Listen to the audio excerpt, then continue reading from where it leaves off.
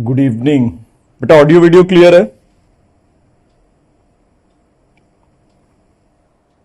Audio video clear?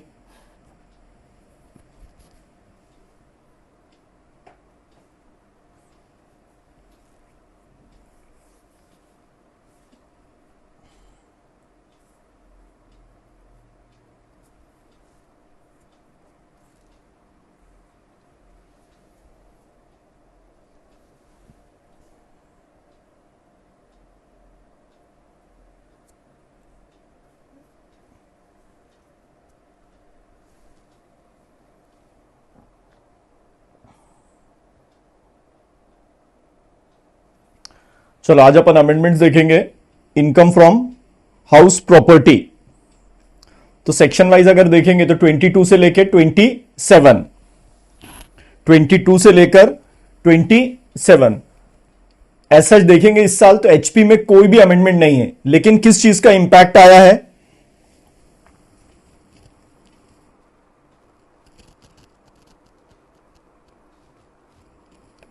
Impact of section 115 B A C.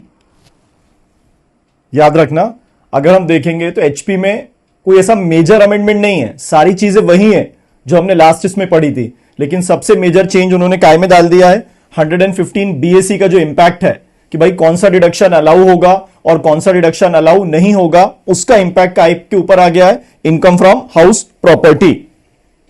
Clear? चलो अब देखो, सबसे पहले मैं एक बार हल्का सा आपको रिवाइज करा दे रहा हूं।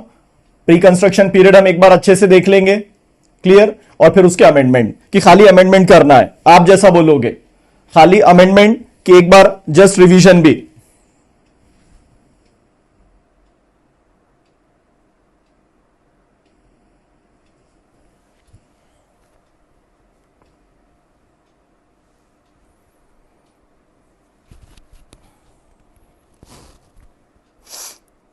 जल्दी बताइए, खाली अमेंडमेंट करना है कि एक बार थोड़ा सा पास्ट रिवीजन?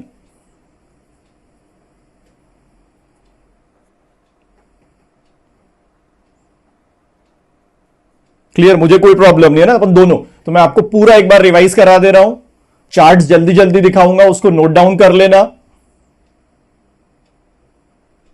चलो तो फिर ये मान के चलना अपने को 2 दिन लगेगा, आज एक दिन और एक दिन कल। तो अपन आराम से 2 दिन में एचपी कर लेंगे, फिर आप उसके एमसीक्यूज बनाते रहना। क्लियर? चलो तो अपन 115 बीएसी साइड में रखते हैं, इसे बाद में देखेंगे। तो सबसे पहले हाउस प्रॉपर्टी में जो 22 आता है, 22 क्या है? Charging section. हाउस प्रॉपर्टी में जो 22 आता है, तो 22 किस चीज से रिलेटेड है? Charging section. इसके बाद 23 एनुअल वैल्यू, 24 डिडक्शन, फिर 24A ये क्या है? Standard deduction. Then 24B interest on borrowed capital. Durgesh मुझे कोई प्रॉब्लम नहीं, तुम्हारा बेनिफिट होना चाहिए। मेरे को तो क्या अमेंडमेंट 15 मिनट में बता दूंगा। 24A standard deduction, 25B interest on borrowed capital. तो सबसे इंपॉर्टेंट एचपी में जो रहता है, दैट इज सबसे इंपॉर्टेंट जो हाउस प्रॉपर्टी में रहेगा, वो 2 चीजें रहती हैं। First one is annual value और second one is interest on borrowed capital. First one is annual value और second one is interest on borrowed capital. Clear? तो हाउस प्रॉपर्टी में अगर देखेंगे तो सबसे इंपॉर्टेंट चीज क्या है? एनुअल वैल्यू निकालना आना चाहिए, और दूसरा इंटरेस्ट ऑन बोरोड कैपिटल।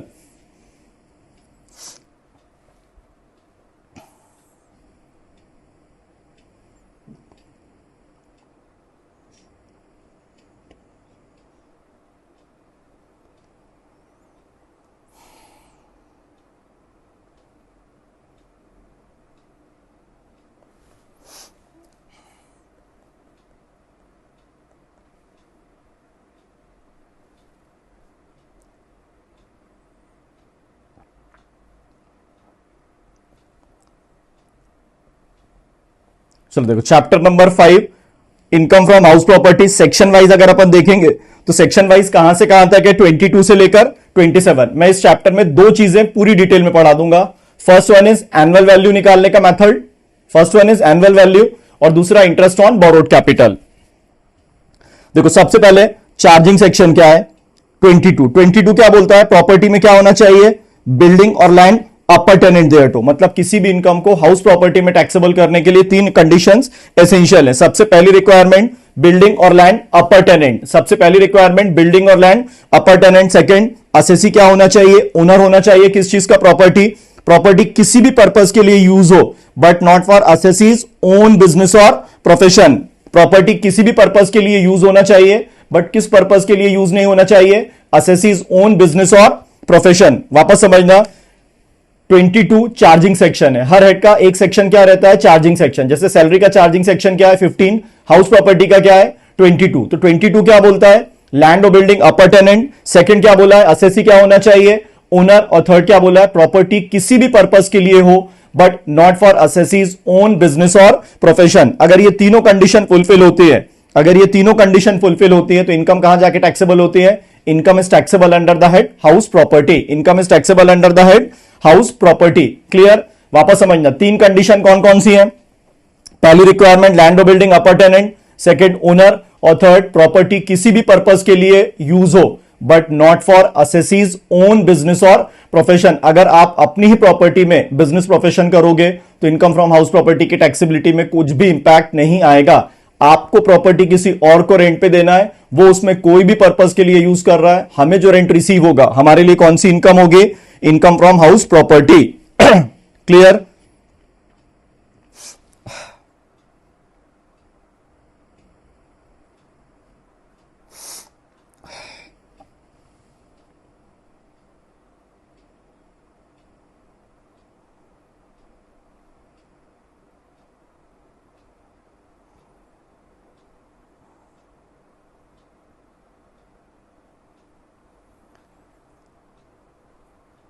चलो अब ध्यान देना। देखो अगर मेरे से आप पूछोगे कि एचपी में दो चीजें जो आना चाहिए, वो सबसे पहले आपको जो अच्छे से निकालना आना चाहिए that is gross annual value. अगर ग्रॉस एनुअल वैल्यू आ गया उसके बाद क्या निकालना है, interest on borrowed capital. Municipal tax में कोई प्रॉब्लम नहीं आता, स्टैंडर्ड डिडक्शन में कोई प्रॉब्लम नहीं आता, इंटरेस्ट तो सबसे इजी है। अब देखो जब भी अपन ग्रॉस एनुअल वैल्यू निकालेंगे तो ग्रॉस एनुअल वैल्यू, इसका स्क्रीनशॉट ले सकते हो। ग्रॉस एनुअल वैल्यू कुछ फैक्टर्स पे डिपेंड करता है। सबसे पहला फैक्टर क्या है, म्युनिसिपल वैल्यू। सबसे पहला फैक्टर क्या है, म्युनिसिपल वैल्यू, फेयर रेंट और standard rent. Clear, gross annual value कितने फैक्टर से निकलती है, तीन फैक्टर से निकलती है। First one is municipal value, fair rental value, standard rent. Standard rent कहां से फिक्स होता है, rent control act. Standard rent कहां से फिक्स होता है, रेंट कंट्रोल एक्ट। इसके बाद एनुअल रेंट, फिर आपको ध्यान देना है अनरियलाइज रेंट, और क्वेश्चन में कई बार क्या दिया रहेगा, लॉस ड्यू टू वैकेंसी, और लास्ट क्या रहेगा, एक्चुअल रेंट। वापस बोल रहा हूं, जब भी आपको जीएवी कैलकुलेट करना है, जब भी हमें जीएवी कैलकुलेट करना है तो हमें 7 फैक्टर्स पे ध्यान देना है। सबसे पहला क्या रहेगा, म्युनिसिपल वैल्यू और फेयर रेंटल वैल्यू और स्टैंडर्ड रेंट। क्लियर, 3। इसके बाद एनुअल रेंट, फिर इसके बाद unrealise rent. What is unrealise rent, जो रेंट ओनर रिकवर नहीं कर पाता, that rent is called unrealise rent. इसके बाद क्या दिया है, लॉस ड्यू टू वैकेंसी, मकान खाली पड़ा है, वो लॉस क्या कहलाता है, लॉस ड्यू टू वैकेंसी। और लास्ट क्या हो गया, एक्चुअल रेंट। ये सातों चीजों से क्या निकलता है, ग्रॉस एनुअल वैल्यू। क्लियर, कभी भी अगर आपको मैंने जीएवी निकालना है तो आपको ये 7 फैक्टर्स ध्यान देना है। तो सबसे पहले जब भी हम जीएवी निकालेंगे, जैसे हमने देखा था ना मार्जिनल रिलीफ में 5 पॉइंट से याद रखना है, ऐसी जीएवी निकालने के लिए मुझे 5 स्टेप फॉलो करना है। क्लियर, स्टेप 1 में सबसे पहले क्या देखना है, कंपेयर म्युनिसिपल वैल्यू और fair rental value. Compare municipal value और fair rental value whichever is more but subject to standard rent. Clear, तो स्टेप 1 में जब भी हम कैलकुलेट करेंगे सॉरी, स्टेप 1 में जब भी हम कैलकुलेट करेंगे तो 3 चीजों से जो निकलेगा वो क्या कहलाएगा, expected rent. What is expected rent, compare municipal value और fair rental value whichever is more but subject to standard rent. यहां से क्या निकलेगा, एक्सपेक्टेड रेंट। क्लियर, इसके बाद एनुअल रेंट में से हम क्या माइनस करेंगे बेटा, अनरियलाइज्ड रेंट। स्टेप 3 में क्या कैलकुलेट करेंगे, loss due to vacancy. Clear, अब मैं आपसे बोल रहा हूं कंपेयर करो, तो आप कभी भी वैकेंसी के लॉस को रेंट से कंपेयर नहीं कर सकते। तो हम किस किस को कंपेयर करेंगे, स्टेप 1 और स्टेप 2। स्टेप 1 और स्टेप 2 को कंपेयर करेंगे, विच एवर इज मोर, और जो ज्यादा आएगा उसमें से हम माइनस क्या करेंगे, वैकेंसी का लॉस। जो ज्यादा आएगा उसमें से हम क्या माइनस करेंगे, वैकेंसी का लॉस। तो जो बचेगा वो क्या कहलाएगा, ग्रॉस एनुअल वैल्यू। ये जीएवी निकालने के लिए लेट आउट भी चलेगा और डीम टू भी लेट आउट चलेगा। सेल्फ ऑक्यूपाइड प्रॉपर्टी में जीएवी निकालने की रिक्वायरमेंट नहीं है। सेल्फ ऑक्यूपाइड प्रॉपर्टी में जीएवी निकालने की रिक्वायरमेंट नहीं है। तो सर एचपी में सबसे इंपॉर्टेंट, सबसे पहली चीज क्या रहती है, GAV. Clear, gross annual value. कितने फैक्टर्स पे ग्रॉस एनुअल वैल्यू डिपेंड करेगा, sir gross annual value 7 factors के ऊपर डिपेंड करेगा। First one is municipal value, fair rental value, standard rent. इन तीनों से क्या निकलेगा, expected rent. What is expected rent, compare municipal value और fair rental value whichever is more. Compare municipal value और fair rental value whichever is more, but subject to standard rent. यहां से जो आएगा वो क्या कहलाएगा, expected rent.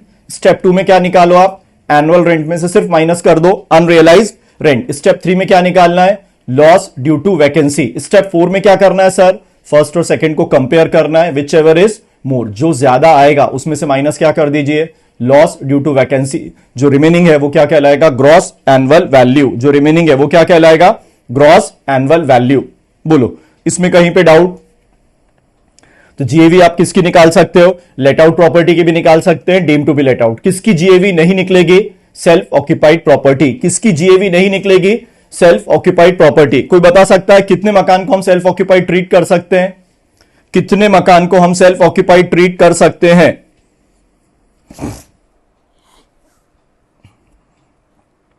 जल्दी बोलिए, कितने मकान को हम सेल्फ ऑक्यूपाइड ट्रीट कर सकते हैं।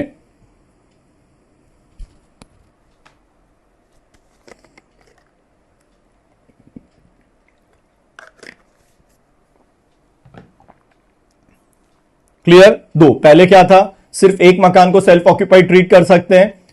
2019 से प्रोविजन क्या हो गया, आप किसी भी 2 मकान को क्या ट्रीट कर सकते हो, सेल्फ ऑक्यूपाइड ट्रीट कर सकते हो। क्लियर। अब एक बात बताओ, ये जीएवी का फंडा क्लियर हो गया,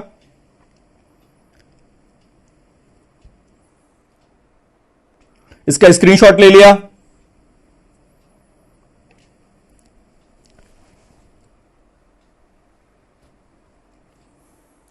बेटा इसका स्क्रीनशॉट ले लो। क्लियर, अब मैं प्रैक्टिकल करा रहा हूं तो याद हो जाएगा।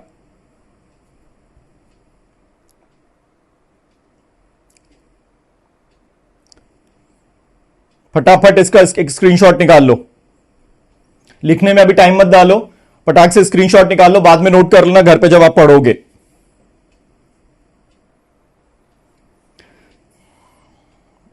चलो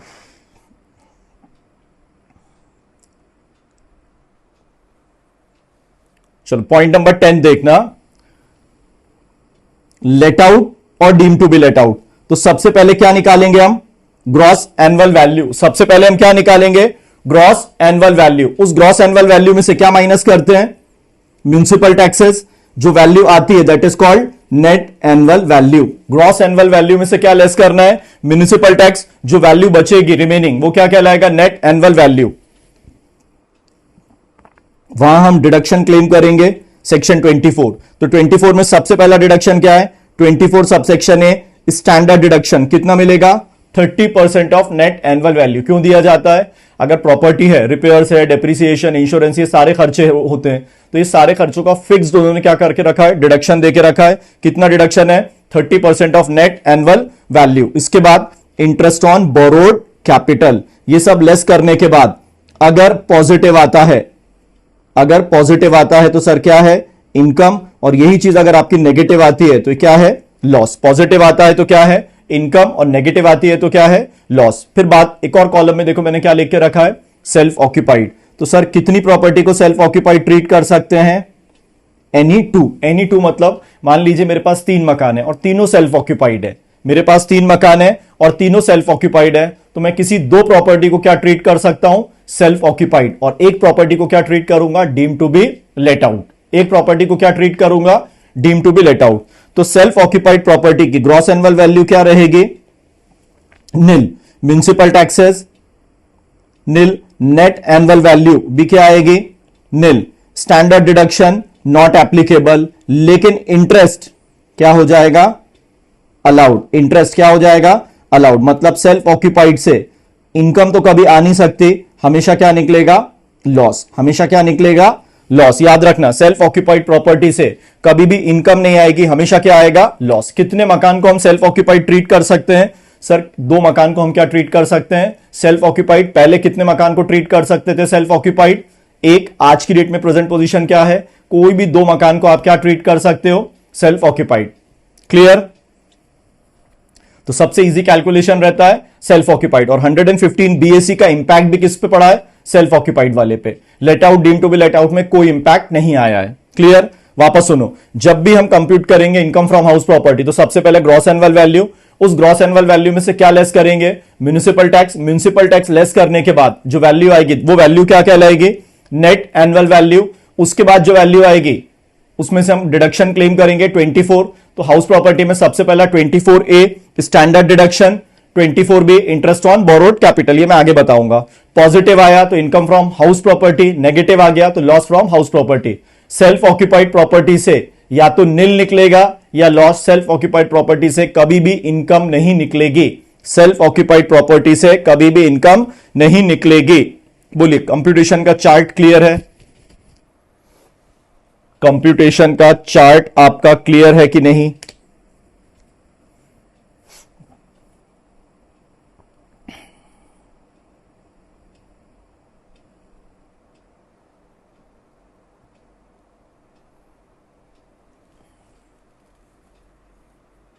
फटाफट रिप्लाई दो, चार्ट क्लियर, चार्ट में कहीं पे भी कोई डाउट।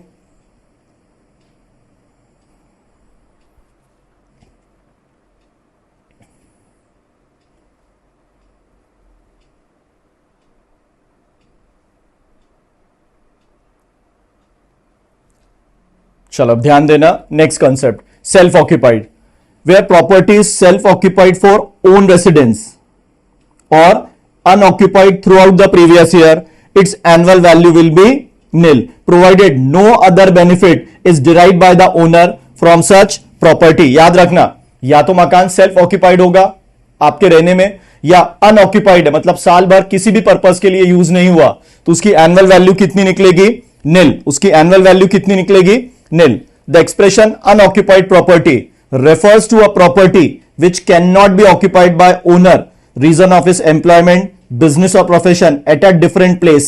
मतलब अगर किसी भी पर्पस के लिए वो यूज नहीं हो रहा है, अनऑक्यूपाइड है, तो उसकी वैल्यू हमेशा क्या रहेगी, नील।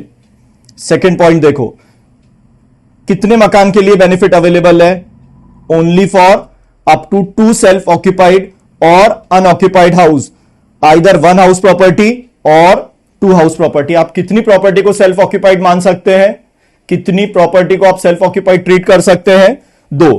थर्ड देखो, the benefit of nil annual value in respect of 2 self occupied house property is available only to an individual और एचयूएफ। और ये बेनिफिट सिर्फ किसको मिलता है, इंडिविजुअल और एचयूएफ।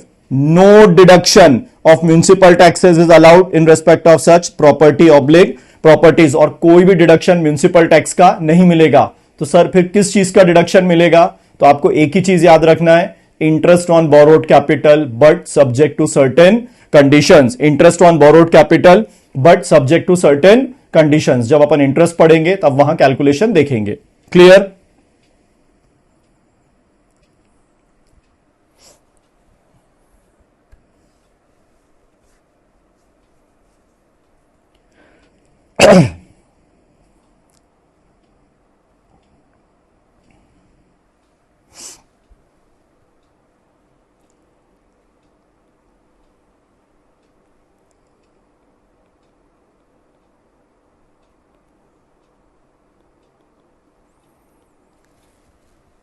अब मैं जीएवी के सारे क्वेश्चंस करा रहा हूं, 4-5 क्वेश्चन है नोट्स में, आप सिर्फ क्वेश्चन देखते जाओ, ये आपको क्लियर हो गया। बाद में आपने जिस बुक से भी पढ़ा है उसके आप क्वेश्चन सॉल्व करो। क्लियर। ये नहीं कि ये वाली बुक देखी सर ये बुक चेंज करना ही नहीं है। क्लियर। अब देखो, mister Varun owns 5 houses at Cochin, all of which are let out. सारे मकान क्या है, लेट आउट, सब अलग अलग है। Compute gross annual value of each house from the information given below. मैंने आपको क्या बताया, सबसे पहले इन तीनों चीजों से क्या निकलेगा बेटा,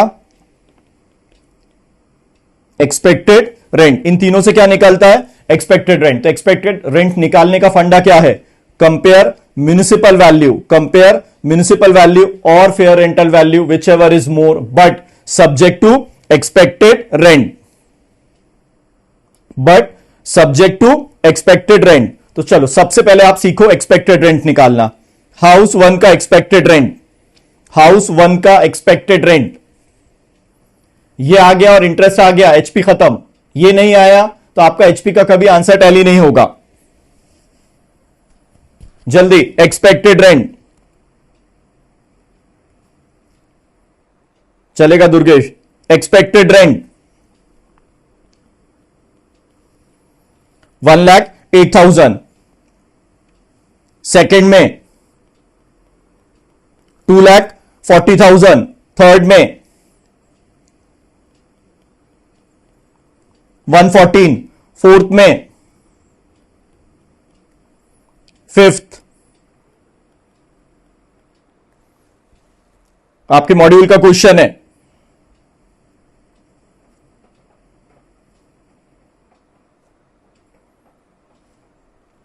क्लियर?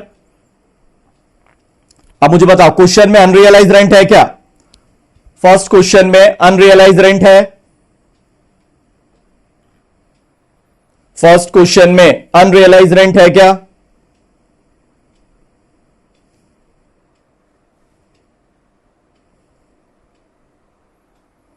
क्वेश्चन नंबर फर्स्ट में अनरियलाइज रेंट है?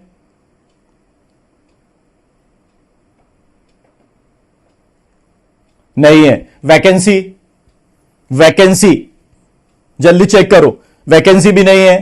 तो हम कंपेयर किसको करेंगे? एक्सपेक्टेड रेंट और एक्चुअल रेंट। तो जब इन दोनों को कंपेयर करेंगे तो फंडा क्या रहेगा? विच एवर इज मोर। जब ये दोनों को हम कंपेयर करेंगे एक्सपेक्टेड रेंट और एक्चुअल रेंट को, तो कंसेप्ट क्या रहेगा? विच एवर इज मोर। चलो अब सबसे पहले जीएवी बोलो। 1,80,000, सेकेंड वाले में जीएवी 240, थर्ड में 120, फोर्थ में 1,08,000 और फिफ्थ में 78,000। क्लियर? हम इस वे में जीएवी निकालेंगे। तो जीएवी निकालने का सीधा फंडा क्या रहेगा? सबसे पहले एक्सपेक्टेड रेंट निकालना आना चाहिए। तो एक्सपेक्टेड रेंट कैसे निकालेंगे? Expected rent compare municipal value और fair rental value, whichever is more, but subject to standard rent. यहां से जो निकलेगा वो क्या कहलाएगा? Expected rent. स्टेप 2 में एनुअल रेंट में से क्या माइनस करना है? Unrealised rent. Step 3 loss due to vacancy. Step 4 compare 1 and 2, whichever is more, और जो ज्यादा आ रहा है उसमें से क्या माइनस कर दो आप? Loss due to vacancy. Clear? First problem first clear हुआ? मैं फिर बोल रहा हूं, एचपी में दो चीजों में अच्छे से कमांड रखो, जीएवी और इंटरेस्ट, बाकी कुछ भी नहीं है एचपी में। प्रॉब्लम नंबर फर्स्ट में कोई डाउट?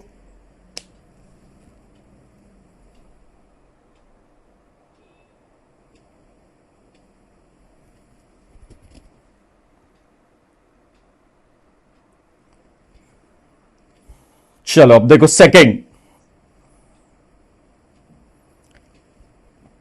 अब सेकंड में देखो उन्होंने यहां पे सिर्फ क्या दे दिया?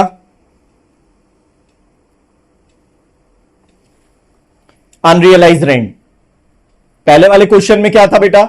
ना तो अनरियलाइज रेंट था ना लॉस ड्यू टू वैकेंसी, और यहां पे उन्होंने क्या दे दिया? Unrealise rent. फिर नेक्स्ट क्वेश्चन में जाएंगे तो वैकेंसी भी है। अब सबसे पहले क्या निकलेगा ये तीनों से? जल्दी बताओ। ये तीनों से सबसे पहले क्या निकलेगा? म्युनिसिपल वैल्यू, फेयर रेंट और स्टैंडर्ड रेंट से क्या निकलेगा? म्युनिसिपल वैल्यू, फेयर रेंट और स्टैंडर्ड रेंट से हम क्या कैलकुलेट करेंगे?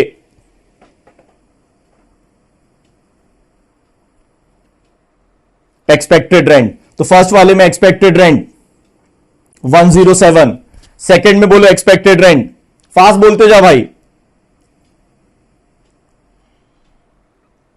सेकेंड में हाउस 2 में एक्सपेक्टेड रेंट, हाउस 2 में एक्सपेक्टेड रेंट,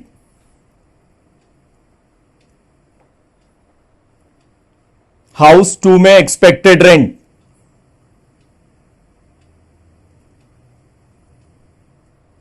चलो हाउस 1 का तो बढ़िया आ गया, house 2,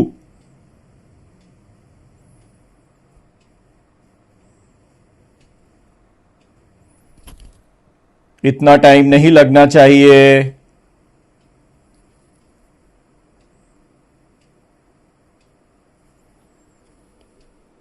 house 3,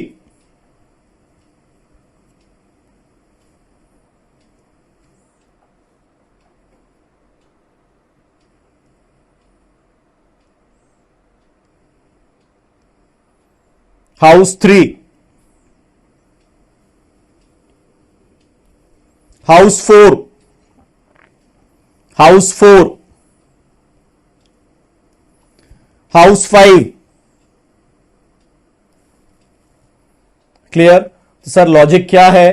compare municipal value और fair rental value whichever is more, compare municipal value और fair rental value whichever is more, but subject to standard rent, मतलब standard rent इससे ज्यादा नहीं हो सकता।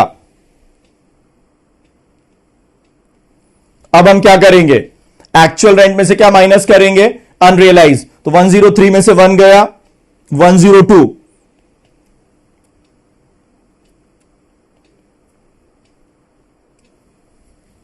वैकेंसी है क्या? वैकेंसी नहीं है। चलो ग्रॉस एनुअल वैल्यू बोलो हाउस 1, हाउस 1 का ग्रॉस एनुअल वैल्यू,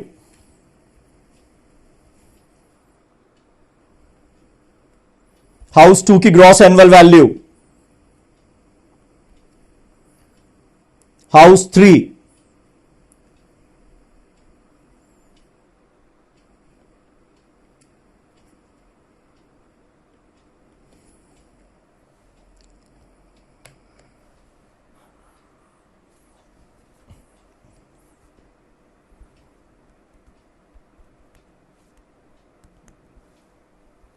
फटाफट रिप्लाई।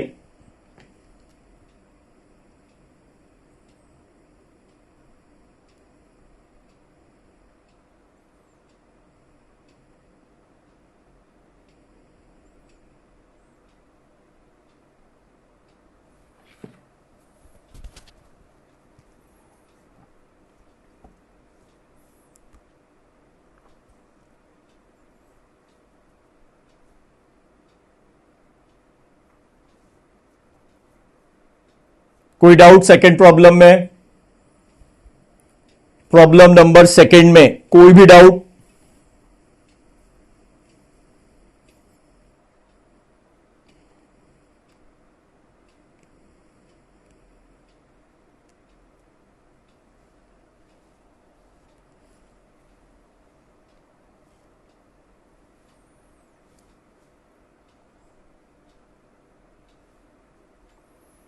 जब मैं एक्चुअल रेंट और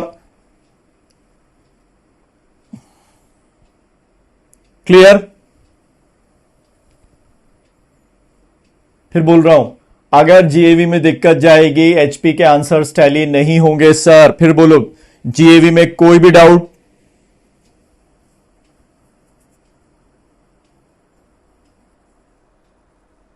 दुर्गेश कोई डाउट? दुर्गेश, अंकिता, ज्योति, दृष्टि बेटा क्लियर है कि नहीं? सदगुरु क्लियर हुआ? चलो प्रॉब्लम नंबर थर्ड। अब आप मुझे डायरेक्ट जीएवी कैलकुलेट करके बताओ। प्रॉब्लम नंबर थर्ड में आप डायरेक्ट मुझे जीएवी कैलकुलेट करके बताओ।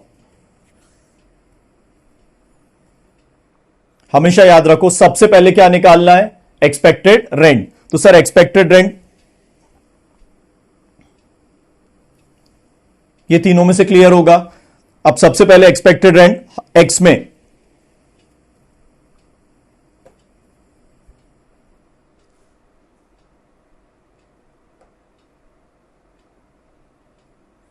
अभिषेक क्या प्रॉब्लम बेटा लास्ट वाले में? 107 एक्सपेक्टेड रेंट आ रहा है और एक्चुअल रेंट आ रहा है 96, तो ज्यादा क्या है 107 ना, तो 107 को ही हम क्या लेंगे, ग्रॉस एनुअल वैल्यू।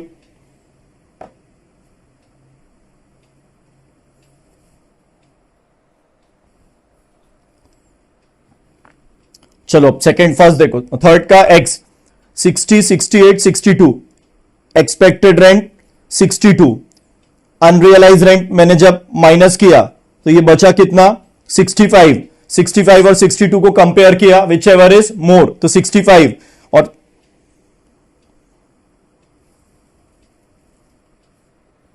एक एक करो अब पूरा। अभी अपन डायरेक्ट एक्सपेक्टेड निकालते थे, यहां पे अब एक्स का 64, वाई का एक्सपेक्टेड 62,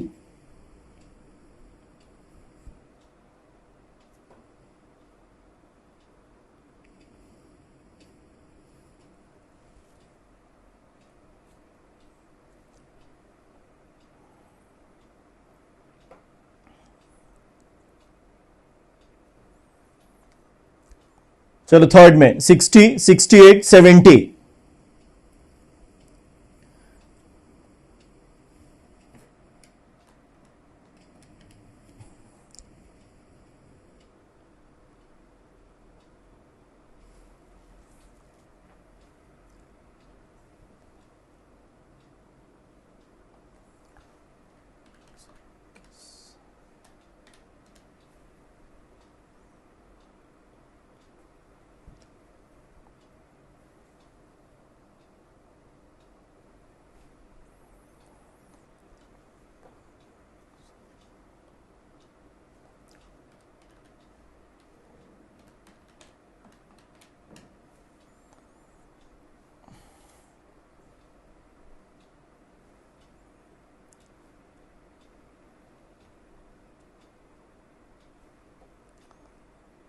ओमकार बता दूंगा भाई मैं, थोड़ा सा मेरे को टाइम दो।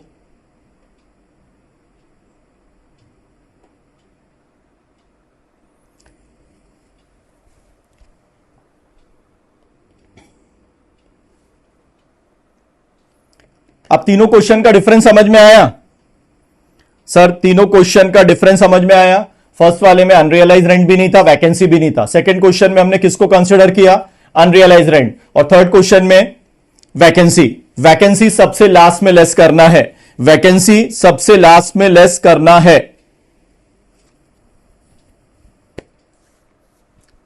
क्लियर?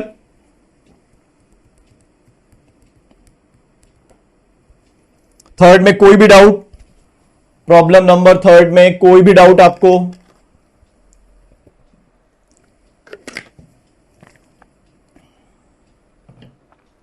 वापस फिर से रिवाइज करा रहा हूं। कंपेयर म्युनिसिपल वैल्यू और fair rental value, whichever is more but subject to standard rent. यहां से क्या निकलेगा, expected rent. Step 2 annual rent minus unrealised rent. Step 3 loss due to vacancy. Step 4 first और second को compare करना है, which ever is मोर, जो ज्यादा आ रहा है उसमें से लेस क्या करेंगे, लॉस ड्यू टू वैकेंसी। जो बचा हुआ फिगर रहेगा that will be called gross annual value. Clear? चलो भाई फोर्थ सॉल्व करके बोलो आप। मैं आराम से बैठा हूं, आप फोर्थ प्रॉब्लम पूरा सॉल्व करो।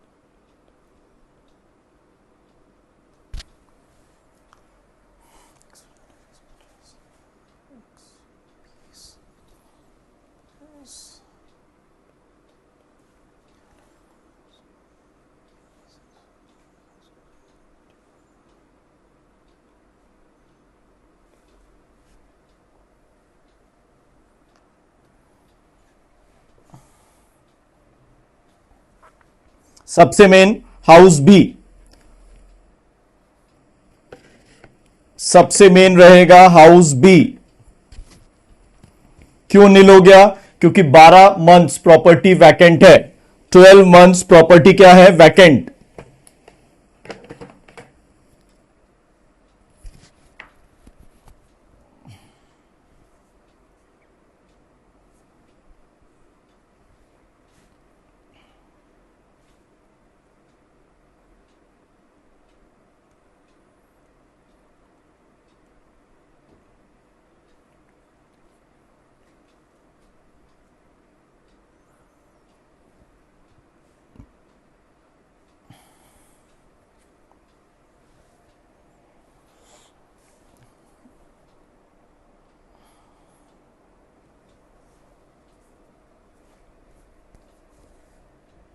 आप तो बी वाला पॉइंट अच्छे से देखो, मकान 12 महीने वैकेंट है, इसलिए मैंने ग्रॉस एनुअल वैल्यू कितना ले लिया? नील।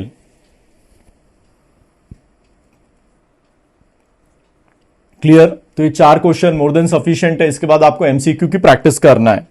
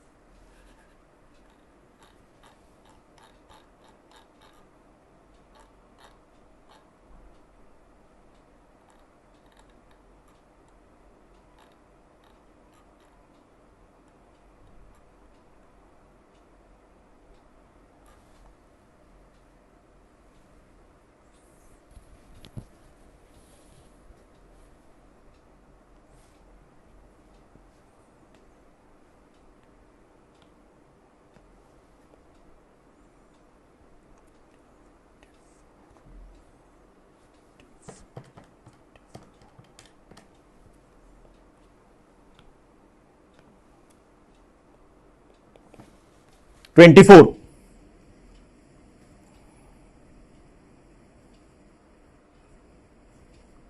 देखा नहीं तो बेटा मैंने।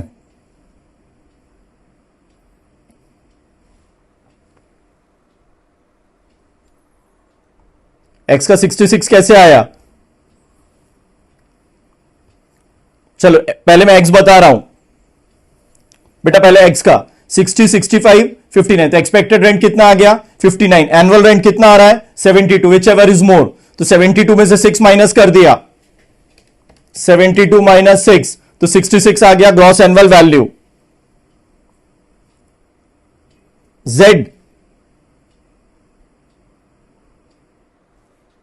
डी का बेटा 24 कर दिया। जेड में देखो 60, 64.5, 63, 60, 64.5, 63, तो एक्सपेक्टेड रेंट 63, 72 ज्यादा है, 72 माइनस 30, 42। अंकुश और कोई डाउट?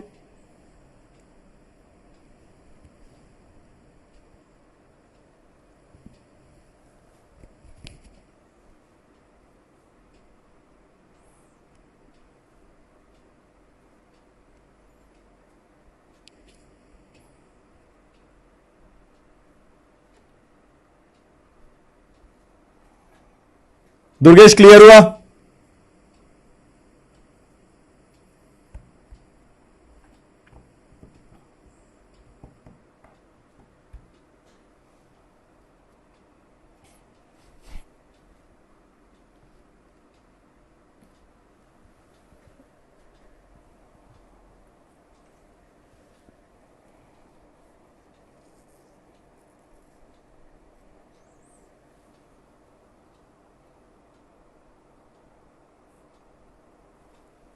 कोई डाउट फर्स्ट 4 क्वेश्चंस में? फर्स्ट 4 क्वेश्चंस में कोई भी डाउट?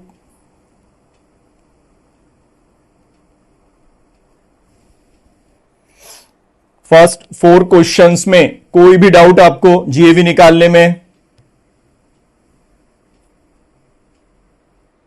अरे ये तो सारे लेट आउट है। अबे रितेश, ये सारे लेट आउट है। अपन ऑप्शन कब देखेंगे? जब 2 से ज्यादा सेल्फ ऑक्यूपाइड दिए तब, फिर उसमें चेक करेंगे।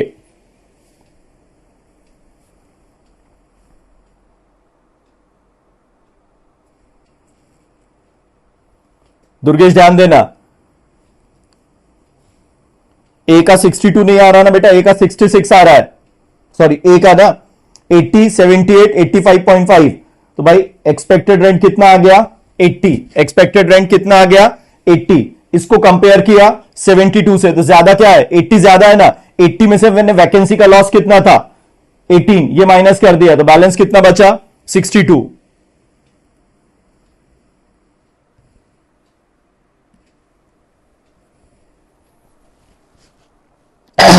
क्लियर।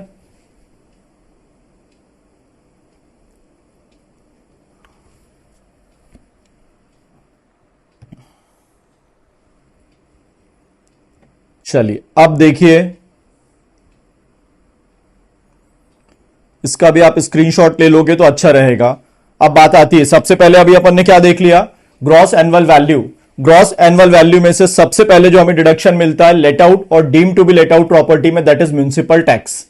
म्युनिसिपल टैक्सेस लेवी कौन करता है, म्युनिसिपल अथॉरिटीज। काय पे लेवी होती है, म्युनिसिपल वैल्यू, याद रखना। Municipal taxes levied by municipal authorities, local authorities. काय पे लेवी होता है, म्युनिसिपल वैल्यू। म्युनिसिपल टैक्स का डिडक्शन आपको सिर्फ तभी मिलेगा जब ये दोनों कंडीशंस आप एक साथ फुलफिल करेंगे। सबसे पहले म्युनिसिपल टैक्स किसको पे करना है, ओनर को पे करना है। सर टेनेंट पे कर सकता है, कर सकता है। अगर टेनेंट पे करेगा तो डिडक्शन नहीं मिलेगा, टेनेंट अगर पे करेगा तो डिडक्शन नहीं मिलेगा। सबसे पहली कंडीशन है म्युनिसिपल टैक्सेस कौन पे करेगा, ओनर पे करेगा। और डिडक्शन कब मिलेगा, पेमेंट बेसिस पे सॉरी, डिडक्शन कब मिलेगा, पेमेंट बेसिस पे। पेमेंट बेसिस मतलब एक्चुअल में अगर आपने प्रीवियस ईयर में पे किया होगा तभी आप डिडक्शन क्लेम कर सकते हो। मतलब अगर मैं इस साल की बात करूंगा तो पेमेंट कब से कब तक होना चाहिए, 1/4/2020 से लेके 31/3/2021। इस पीरियड में अगर आपने म्युनिसिपल टैक्स पे किया होगा तभी आप क्या क्लेम कर पाएंगे,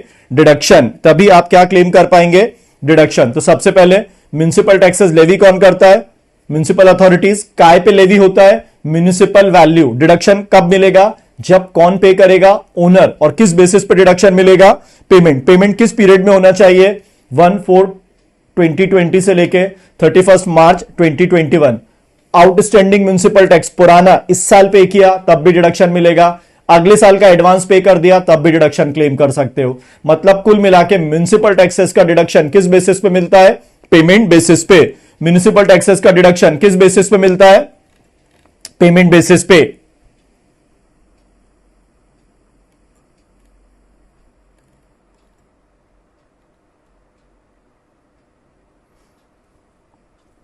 क्लियर।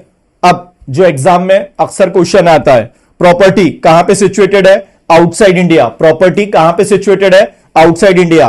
टैक्सेस लेविड हो रहे हैं local authority of the country, इस पे भी डिडक्टेबल, इसका भी डिडक्शन मिल सकता है। लेकिन यहां भी सिंपल है, ये भी पेमेंट किसको करना है, ओनर को करना है। और डिडक्शन कब मिलेगा, पेमेंट बेसिस। ओनर को करना है और डिडक्शन कब मिलेगा, पेमेंट बेसिस। ओनर को करना है और डिडक्शन कब मिलेगा, पेमेंट बेसिस। मतलब प्रॉपर्टी आउटसाइड इंडिया सिचुएटेड है, म्युनिसिपल टैक्सेस आपने उस कंट्री में पे की है, अगर उसकी इनकम इंडिया में टैक्सेबल हो रही है तब भी आप डिडक्शन क्लेम कर सकते हैं।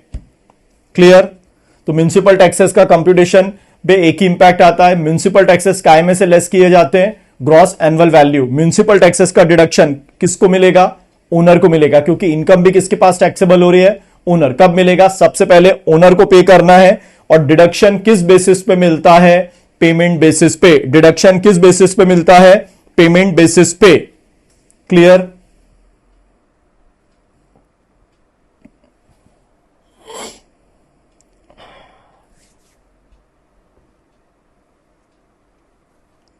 कोई डाउट,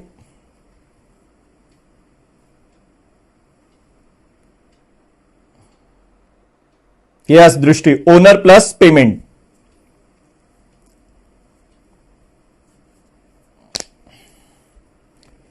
ओनर प्लस पेमेंट।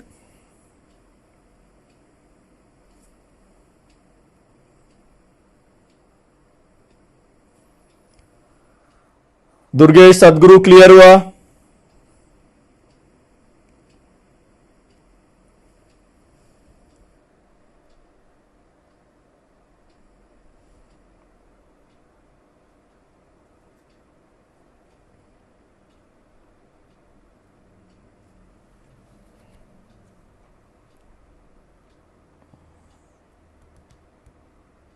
कोई डाउट? कोई डाउट सर आपको?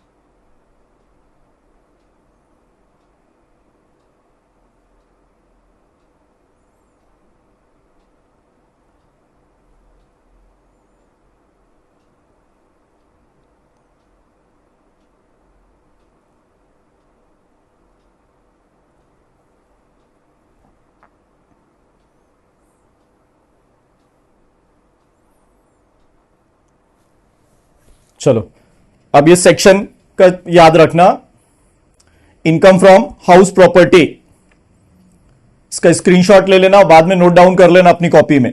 Income from house property section 22 क्या रहेगा? Charging section. सेक्शन 22 क्या रहेगा? Charging section. Section 23 annual value. ये चार इसमें डिवाइडेड, 23 सबसेक्शन 1, 23 सबसेक्शन 2, 3, 4। इसके बाद 24 सर 24 में क्या दिया है? डिडक्शन। डिडक्शन दो कैटेगरी में दिए हैं, 24A स्टैंडर्ड डिडक्शन और 24B interest on borrowed capital. इसके बाद सेक्शन 25 आता है। सर सेक्शन 25 क्या है? ध्यान देना, interest in case of loan taken from outside India. मतलब आप इंटरेस्ट ऑन लोन का तो रिपेमेंट कर रहे हैं, लेकिन आपने वो लोन कहां से लिया है? Outside India. तो आउटसाइड इंडिया जब आप इंटरेस्ट पे कर रहे हैं तो उस पर आपको क्या लेस करना पड़ेगा? टीडीएस। उस पर आपको क्या लेस करना पड़ेगा? टीडीएस। अगर आपने टीडीएस लेस किया होगा तभी आप क्या क्लेम कर सकते हो? डिडक्शन। अगर आपने टीडीएस लेस किया है तभी आप क्या क्लेम कर सकते हैं? Deduction. 25A recovery of unrealise rent oblique arrears of rent. Recovery of unrealise rent और अरियर्स ऑफ रेंट, इस पे काफी क्वेश्चंस आते हैं। और रिकवरी ऑफ अनरियलाइज रेंट और अरियर्स ऑफ रेंट में मैं एडजस्टमेंट कराऊंगा। कितना डिडक्शन मिलता है? 30%। और बैलेंस जो अमाउंट होता है वो चार्जेबल हो जाता है। फिर 26 में आता है को ओनर। 26 में क्या आ जाता है? को ओनर। और 27 में किस चीज के प्रोविजंस दिए हैं? Deemed owner. ये सब अपन कल देखेंगे। और रूल 4 एक अपने को याद रखना है, अनरियलाइज रेंट जब डिडक्ट करते हैं तो उसकी कुछ कंडीशंस हैं। अनरियलाइज रेंट जब डिडक्ट करते हैं तो उसकी कुछ कंडीशंस हैं। क्लियर? तो चैप्टर जो इनकम फ्रॉम हाउस प्रॉपर्टी वो 22 से लेकर 27 तक है। 22 उसका क्या बताता है? चार्जिंग सेक्शन बताता है। 23 एनुअल वैल्यू, 23 सबसेक्शन 1, 2, 3, 4। इसके बाद 24 में डिडक्शन है, 24A standard deduction, 24B interest on borrowed capital. Section 25 interest in case of loan taken from outside India. आपने लोन कहां से लिया है? Outside India. तो इंटरेस्ट भी आप कहां पे कर रहे हो? Outside India. इंटरेस्ट हमारे लिए एक्सपेंस है, सामने वाले के लिए क्या है? इनकम। तो सिंपल फंडा याद रखो, इंटरेस्ट अगर आप हाउस प्रॉपर्टी में आउटसाइड इंडिया पे कर रहे हो तो उस पर आपको क्या लेस करना है? टीडीएस। अगर आपने टीडीएस लेस किया है तभी आप डिडक्शन क्लेम कर सकते हैं, और अगर आपने टीडीएस लेस नहीं किया तो आपको डिडक्शन नहीं मिलेगा। इसके बाद सीएस एग्जीक्यूटिव में भी और सीएमए में भी ये वाला क्वेश्चन बहुत आता है, रिकवरी ऑफ अनरियलाइज रेंट या arrears of. 1 lakh arrears of rent मिला, सर कितना टैक्सेबल होगा? 70,000 टैक्सेबल होगा। 30% क्या मिल जाएगा? Standard deduction. फिर 26 को ओनर, प्रैक्टिकल में देखेंगे। 27 डीम्ड ओनर। और लास्ट में क्या है? Rule number 4 meaning of unrealised rent. Clear? Screenshot ले लो इसका।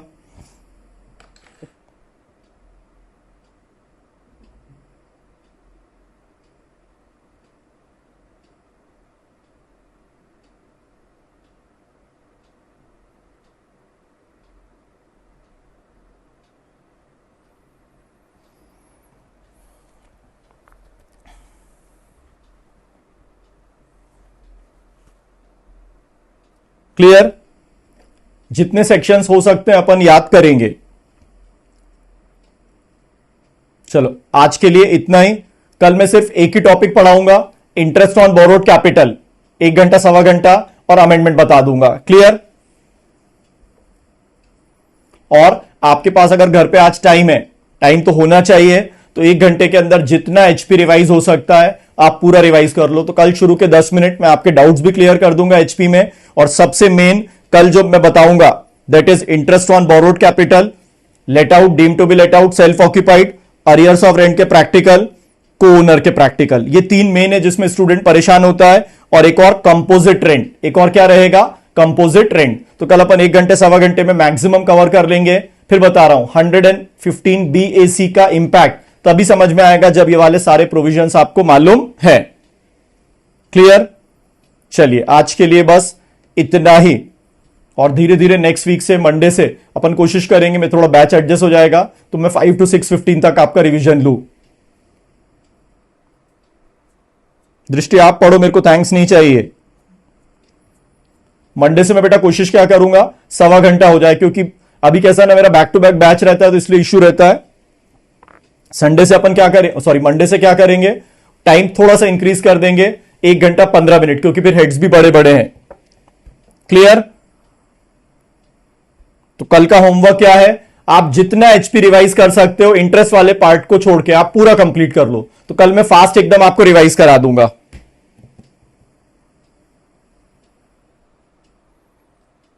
माने आप बोलोगे तो एडवांस टैक्स भी पढ़ा दूंगा, कुछ नहीं है एडवांस टैक्स में, सबसे इजी चैप्टर है।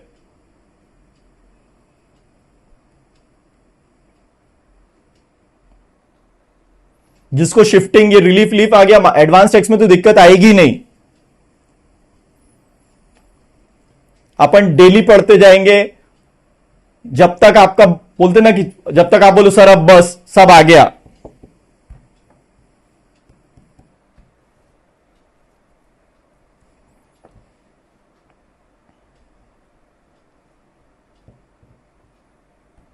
क्लियर? चलो बाकी कल